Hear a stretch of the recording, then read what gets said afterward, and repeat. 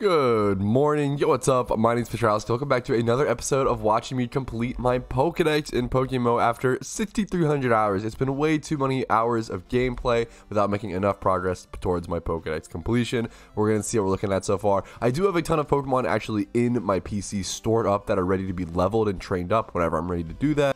But I still have tons of Pokemon to actually acquire and tons of Pokemon to get to be leveled. Another good example of this is Lydian. I totally skipped out in the first episode. I totally forgot how this worked. I was looking at the national Pokedex and just going through the first 151, but that's not how it works. You have to go to the Kanto Pokedex, you have to sort through. There's a lot of Gen 2 Pokemon and such like Sunflora, Granbull, Snubble, Lydian, Ladybug, etc. that are technically in the Kanto Pokedex. And if you want the ability patch, you have to do those too. I'm also kind of curious how the game actually remembers which starter Pokemon I chose, since I chose it all the way back in 2013. I'm pretty sure I chose Squirtle, but I'm curious to see what the game thinks I chose. But first things first, as I was saying, Lydian is the next Pokemon I want to work on, and I can just go ahead and go catch one in the wild at an uncommon rarity, so I think I'm just going to go ahead and take advantage of that. Now, it's an uncommon encounter on 6th Island over in Pattern Bush in Kanto, so it should be a little bit of a short trek through this water. I'm definitely going to pop a Repel. I popped a Super Repel, and even that was way too much. I'm already here. Let's go ahead and find ourselves a Lydian. First encounter. Can't get much easier than that. Alright, there we go. Lydian has been caught. Let's go ahead and check the stats for the fun of it. Lacks nature. Nothing really notable. That's okay. Moving on. Next up, if we keep moving our way down the Kanto Pokedex, I have all these I know stored in my PC, the Charizard, the Pidgeot, the Butterfree, the Beedrill, the Raichu, etc, etc. Next up is Sunflora, which should be a really easy one as long as I have an OT Sunkern. I'm pretty sure I can just, Sunstone it to evolve it. I'm going to go ahead and release this Lydian and show you guys else what I have stored up and what I'm working with. There we go, there's all the Pokemon, and I think I'm going to go ahead and just actually breed a Sunkern hilariously. So I'll just buy something quick and cheap off the GTL, slap these two Pokemon together, and once they come out, they will come out as a Patrouski OT Sunkern, and then I can Sunstone evolve them into a Sunflora. Now the reason I'm doing that is because the next Pokedex entry is actually one of the hardest ones. Hilariously, I have to go get a Snubble, and the only way to get a Snubble is a rare encounter in these early game-ish Kanto routes, so it's going to take me a little bit of running back and forth, or quite a bit. It depends, it depends on my RNG. We'll see. I'm going to go here to Route 4. Now, this might take me a little while, but it should be just a split second for you guys, so I'll see you in a sec. Well, I'm glad I double-checked this earlier rather than later. I'm literally at the wrong route. I thought it also said Route 4, but it turns out I'm a buffoon. I'm going to head over to Route 5, I guess. What a dumb little mistake. I guess we blame that on the drowsiness of waking up early in the morning, but you know what? That's how it goes. We'll head over to Route 5 now. I know that Snubble appears here. I've had some in some Nuzlocke runs or different alternative account runs. Alright, and there we go. That's my Snubble encounter. Not too bad, not too bad. Let's go ahead and full swipe Spore Catch. There we go, and now once he's caught, I can go ahead and throw him back into the PC, and he'll be one to level up later. I think he needs level 23 to be Granbull, so it shouldn't be too long, but that'll be a good level up for a Dex entry later on. Back to the PC, we'll throw him over in box 1, waiting for an egg to hatch still. I'll put Chandelure in the lead while we look through our Pokedex for the next thing to hunt down. Next up on the list, hilariously, is going to end up being Politoed. I didn't think this would actually be something I needed to worry about, but it turns out it is. I do need to trade to get it, which is kind of strange. I need to get a Poliwhirl, which you can, I believe, Super Rod, yes, Cape Brink, or another location. You might put a Super Rod on Island 4 even.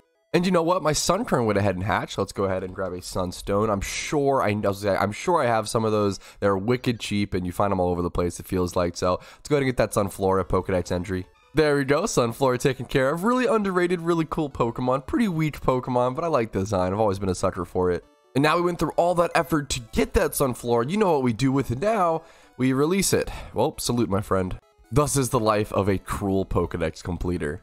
Alright, there's the Poliwhirl, which actually took me around 10 fishing encounters or something, even though it's very common, which is kind of funny. Alright, there we go. Poliwhirl caught. I just need a King's Crown for it, I believe is the item, and I'll put that on it and just have it be ready to be traded. King's Rock, yes, of course. And speaking of that, I actually need 2 of them at least. So I'm going to go ahead. This is kind of a funny thing to do. I'm going to buy 8 of them. Why not? But I need at least 2 of them because another Pokemon I have coming up, Slowking, actually the next Pokemon that I need to Evo for a Dex entry, also needs that. So we'll go ahead and put this in the PC. We'll put it in this lower section here to let it know that I need to be traded. The Machop and the Abra also need to be traded later on, but that's once they actually turn into those things. So I'm not going to worry about it quite yet. But all right, next up on the list, let's scroll down. We just finished Politoed, at least essentially finished it. We'll do it later on. We have Slowking, so I need a Slowpoke and a King's Rock for it. Let's go ahead and catch a Slowpoke. It said they should be very common in the water in Celadon City, so here I am. Okay, this is actually kind of funny. Why is there a Grimer in the water, first of all? Second of all, I actually need a Grimer because the next Pokemon coming up that I need to level up for to get the OT for is a Muck. That's so funny. I would have never expected to find Grimer on the way to Slowpoke here, but that's actually perfect. That's definitely something you might want to keep in mind, like while doing your Pokedex, is kind of having a list of all the Pokemon you might need. I've kind of just been going one by one. It's a little easier for me to do that in a video format and a little more satisfying. But man, since Muck is coming up anyway, you know what? I might as well go ahead and do that. I didn't expect to find it here, but that's pretty cool. I also have Goldeen and Seeking I'm going to look out for as well. Man, Lantern's also on this list. I really want to try to complete the Pokedex this episode, but ooh, it's looking, there's so many more Pokemon than I expect. It's looking a little longer. It might be a 3-episode parter to actually complete the Kanto Dex entries. And back-to-back water Grimers. There we go, there's that Slowpoke I was hunting for. Alright, Slowpoke caught. Let's check the IVs for fun, and nothing going on, that's okay. Let's throw these 2 Pokemon back into the PC and continue on. A lot of seamless progress so far, but nothing super exciting. Let's see if we can switch things up and maybe change that. So we have the Muck taken care of. We have the Slowking taken care of. I do need to put a King's Rock on that Pokemon just so I remember what it's there for. Next up is Honchkrow, and this is actually one of the more complicated ones. Well, kind of, actually. Since I have an OT Murkrow, all I have to do is just breed another one. I don't want to go catch one. It's kind of annoying. They're all like nighttime locations, and it's not nighttime, so I do have to go breed myself a Murkrow or double check if I have any in my PC, maybe? No, I do not. But while we're here, let's put a King's Rock on the Slowpoke. There we go, nice and pretty. And what if we get ourselves an alpha breed going? There we go, that'll be exciting. Let's get an alpha breed going. Let's get a Honchkrow, breed it down into a Murkrow, and then level it up into a Honchkrow. We only need a Dust Stone for it, which is pretty nice. The hard question is, like, what stats do I look for? Like, this feels like, not this one, I guess the second best one. Yeah, this one, 23k. This feels like a really, really good Honchkrow to me. Like, bold nature, 31, you know, in special attack and speed, 20 plus in all the defenses. I mean, this just seems like a fantastic Pokemon, but it's really, really worth nothing, which is crazy to me. I'm going to buy it. I'm going to breed it up. I think the main thing with this is you want to make sure you pay for it to come out as a male Pokemon so that it can be sold off as a breeder as opposed as a female Honchkrow, which not that many people are looking for. The question becomes whether I want to randomly roll the nature or not, or pay for it. The issue is, if I don't want to randomly roll the nature, it becomes really expensive, the cheapest breeder being this 110k Noctowl. And it would come out as a pretty god tier Honchkrow, but people might not even care about or want that bold nature. It's not really like that good on a Pokemon like this. Like, I don't know what flying type would even want bold with these stats. I don't know. So honestly, I think it's better if I just kind of don't roll the nature or don't pay for it. If I just kind of brace the speed IV, for example, I think that's going to be my best bet. Let's look for a breeder like this and look at the price difference from 110k to 35k. Like, yeah, that can't be beat. I'm just going to randomly roll the nature. The nature is interesting and it could work for certain things, but I don't think it's going to be worth it nearly enough to pay the extra 80k or whatever. It's not that good of a nature. So let's go set up this breed. So I think in total, this breed cost me 20k for the braces, 35k for that last Honchkrow, that's 55k, plus 25k or so for the other one. So what, it's like 70, 80, I think 80k if I'm doing my math correctly. I think it's around 80k for this breed, which honestly isn't too bad at all for a 3 times 31 plus 25 plus in the other stats. I'm going to click yes. I'm going to make sure I pay the extra 5k. So it is going to be 85k total cost. Make sure it comes out male. I'll definitely be profiting on this breed as well as getting a Pokedex entry. Perfect. Double checking to make sure I have a Dust Stone in my inventory as well, which I do. And while that egg is hatching, let's move on to the next Pokemon. Next up is going to be Cloister, which evolves from Shelter, just from a Water Stone. A lot of these Pokemon are just stone evolutions, which is really easy for me, but I do have to get myself an OT Shelter. Now, I will say, interestingly enough, I think there's actually a glitch on Shelter here. So it says that it has a very common encounter rate at Route 13 in Unova with the Old Rod. Now, if you know what I'm about to say, there's no old rod in Unova. There is only the super rod. So this means that it's either a very common encounter when fishing with the super rod there, or just running back and forth in the water, and I don't know which one. There's literally no old rod in Unova.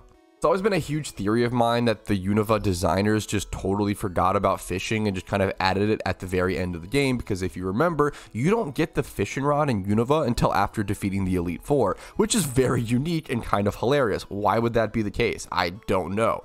To me, it seems like they kind of forgot about it, added it later on. It is a way to actually get like previous gen Pokemon in that game, like Gen 1 and stuff, which is really good because the whole point of Unova was to be a remake of sort of Gen 1 to some extent, and you weren't supposed to be able to get other generation Pokemon until the post game. So maybe that was the reasoning behind it as well. I don't know. I think it's kind of funny to think about how they forgot it.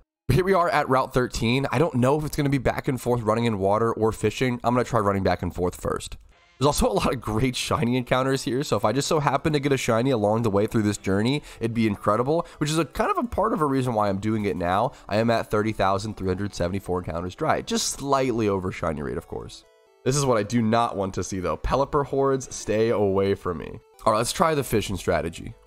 I'm gonna be honest, I'm starting to think that Shelter might just not be at this location. And since I don't know if this is a glitch or not, I'm probably just gonna head out and go somewhere else. It's very possible it is, but I'm just not finding it. I feel like I do remember Shelter being around here in this location, but I don't know. I can't find it, so you know what? I'm gonna head over to a location that I know where it's at, and it's a common encounter. I'm just gonna go to 5 Island in Kanto. Why risk it where you can just go somewhere you know for sure it's gonna be, you know? Dude, I don't know what it is, but I cannot find myself a Shelter. It's really becoming the mythical Pokemon of this episode. I might just go breed one. There's a really good chance I can breed one for profit so I can make some money and fill Pokedex entries at the same time. That might just be the plan here in a sec, but it feels like I wasted so much time, at least a little bit of time. Yeah, more Krabbies. I don't care about you, man. Okay, I didn't mean that. That was too harsh. I'm sorry, Krabby. Just kidding. But I am going to head over to Island 4 and just go breed one. We'll make some profit along the way. And I can go ahead and Duststone this Murkrow while I'm at it. Why not? Let's go ahead and pop that off. Bam, boom. I didn't even see how it came out. What's the nature that it rolled? Bashful? Okay, not really care about that. But still, 3 times 31, 25 plus in defense and HP. That'll go off for a nice sale. 20 plus in attack if people care about that. Hey, that's a great male flying egg group Pokemon if you ask me. Once again, I spent 85k or so making this Honchkrow, and I should be able to sell it off for around that same price as that Noctowl at around 110k or so. So, I mean, I'm super happy with that. It's not a crazy amount of profit by any means, but I mean, it's super solid. It's going to end up being like 20k profit, 90k spent after the listing fee. So only like 20k profit, but hey man, 20k is 20k, especially when you're just completing your Pokedex. All right, but next up, let's actually go ahead and finally breed this Shelter. I'm going to look for the defenses. I usually look for this for good budget Pokemon to actually buy. 25 plus in all the defenses and the HPs. I think it's a really good starting point, but look at that. The cheapest one with those stats is 20k, so that's giving me a tough sign. Let's go ahead and lower these maybe down to 20. There's a 6k one. That seems likely. Yeah, we can roll with this Shelter. This is super decent. I'm going to go ahead and pick that up. Maybe I might want to actually buy the... Ooh, that's kind of tough. I might want to buy the female one. This one was for 52 minutes. Oh, no, I want this. Are you kidding me? Even though it's 18k. So it's the reason I want this. This is way more expensive than the other one. The important thing about this one is that it's 31 in attack, which is actually super important. I can go ahead and breed on the 31 speed. And the fact that it's female, buying a Ditto to match that 6k one is going to be way more expensive versus me actually just buying a egg group type breeder to match this Shelter. So to match this Shelter, I want something like this, 25 plus HP defense, 20 plus special defense, and 31 speed. Let's see if there's anything decent going for us. Water Sea is the A group, 44k. What if we lower these down to 20? That'll give us a lot more selection, 28k. Definitely still not as cheap as I would like. That is more expensive than I would like to spend, but I mean, it's nice stats. What if we got a little risky with it and actually lowered this down to like 15? As long as the defense doesn't low roll, we should be okay. Even that doesn't really give us more. What about this to 18? What if we, now we see 12k. So yeah, I might go with this, honestly. Yes. So the only thing we have to worry about here is I really have to hope that the HP doesn't like low roll or whatever, but I'm going to pick this up. So huge budget pickup there. I definitely could have gone for something more expensive and something more secure, but as long as the HP doesn't low roll to 18, it should be fine.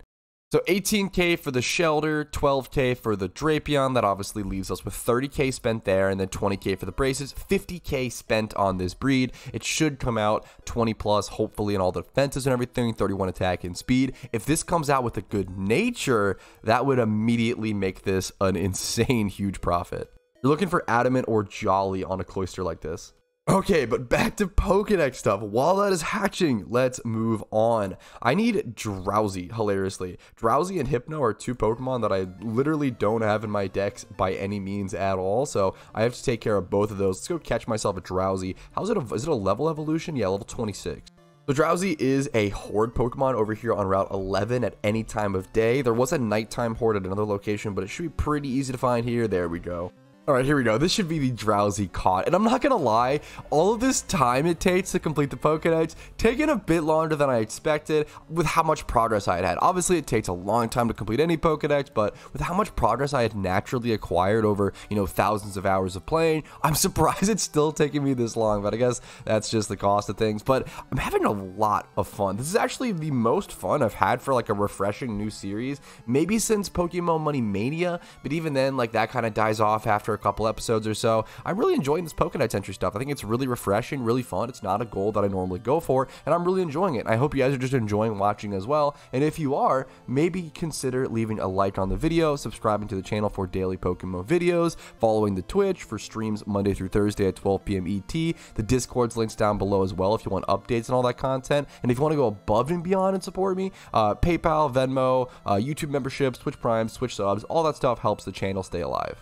But having said that, my guess is that after I go ahead and hatch this egg, I'm probably going to have to call it here on this one. We're going to get that Cloister evolution, and then we'll carry it on over into episode 3. My guess is that this whole series is going to take 4 episodes just for the Kanto Pokedex, and that's all I'm going to focus on for now. I'm not going to do my entire Pokedex, just Kanto. Probably 4 episodes. We did like a huge chunk of it, like a third of it in episode 1, a huge chunk of it in episode 2. We have up to like here essentially covered, and then episode 3 will get all of the rest of the Pokemon we need, hopefully. I'm really hoping. And then episode 4 will be an XP leveling extravaganza.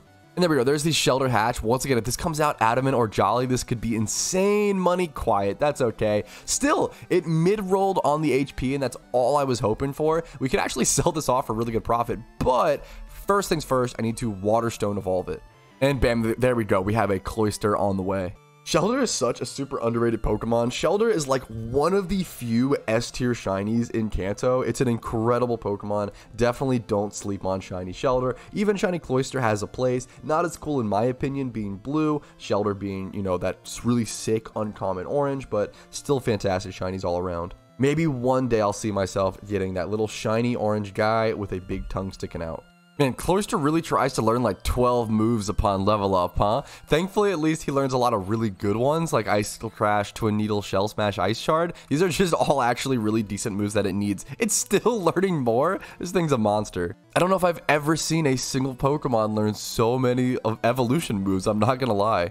You learn something new every day, and I definitely just learned about this. Look at all of these starting moves that Cloister gets to learn. 1, 2, 3, 4, 5, 6, 7, 8, 9, 10, 11. Keep going, starting from Leer. 12, 13, 14, 15, 16, 17, 18, 19, 20, 21. Keep going from Water Gun. 22, 23. 23 moves this monster tries to learn. A fun little trick that a friend of mine actually taught me: when you're doing something like this, you can actually log out and log back in to cancel this, having to deal with this essentially. That is something that people do when they're actually hunting for shiny Shedinja and evolving Ninkatas. They have quite a few level up moves or evolution moves to learn. Whew, and there we go. The Cloister is finally done, and that adds it to our Pokedex entry. And I've already done my spiel, but that is going to be it for this episode. Thank you guys so much for watching. So we have to look forward to for the next episodes. Once again, hopefully you enjoyed it. Like the video if you did, dislike if you didn't, subscribe. You guys know the drill. Just have a great day and have fun playing PokeMMO today. And good luck with whatever journey you're working on, whether it's a shiny hunt, PvP, or maybe even a Pokedex completion yourself. Have a good one. I'll see you guys later. Peace. Hey, thanks so much for watching until the very end of the video. I super appreciate that, and if your name is on this list, I appreciate you even more. Thank you so much for going above and beyond in supporting the channel, allowing me to stay full-time, and trying to make the best PokeMMO content possible. Thanks again for watching.